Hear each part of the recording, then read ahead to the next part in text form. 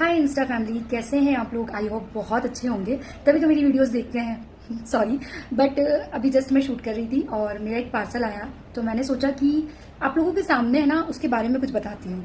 तो ये मेरा पार्सल है, समझ गए होंगे, जीवा। This is most favourite brand, मेरा तो फेवरेट ब्रांड है, जिसका मुझे पीआर शायद 1 साल में नहीं मिला। मैं 1 साल से इस कोलेब्रेशन के लिए बहुत कोशिश कर रही थी और मुझे मैंने जुलाई अगस्त से ये अपनी जर्नी स्टार्ट करी थी।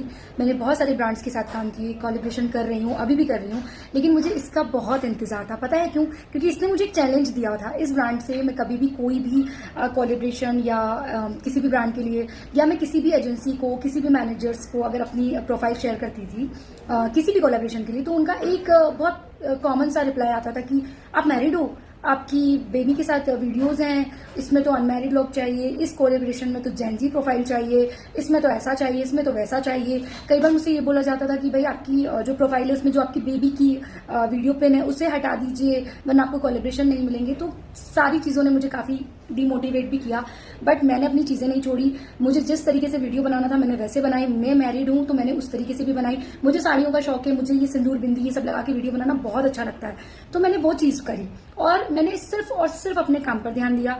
मुझे नहीं फर्क पड़ता कि कौन सा ब्रांड मुझे देगा और कौन से लोग मेरी प्रोफाइल को पसंद करेंगे नहीं करेंगे, नहीं फर्क पड़ता। मुझे सिर्फ मेरा काम करना था, जो कि मुझे बहुत ज्यादा पसंद है। तो बस यही बोलूंगी कि मैंने इसके लिए हार नहीं मानी।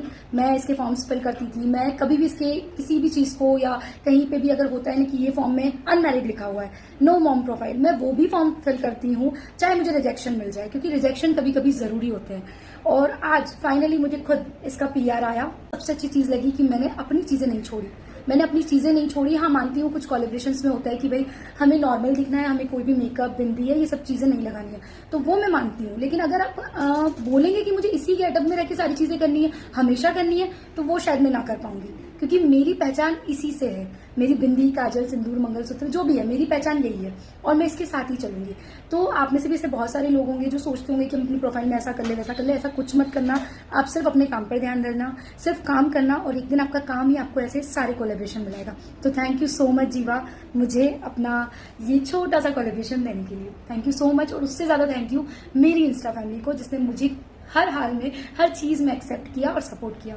Thank you. क्योंकि क्या होता है कि मेरे आसपास वाले लोग, मेरे रिलेटिव्स, मेरे फ्रेंड्स, मुझे इन लोगों का कभी कोई सपोर्ट नहीं मिला है और ना कभी मिलता है, और ये चीज भी मुझे काफी डिमोटिवेट करती है। बट मुझे आप लोगों का सपोर्ट मिला।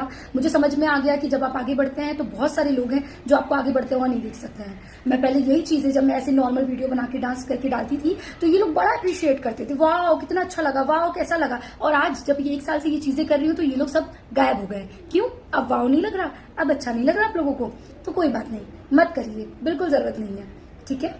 लेकिन मेरी इंस्टा फैमिली मुझे हमेशा सपोर्ट करती है। Thank you.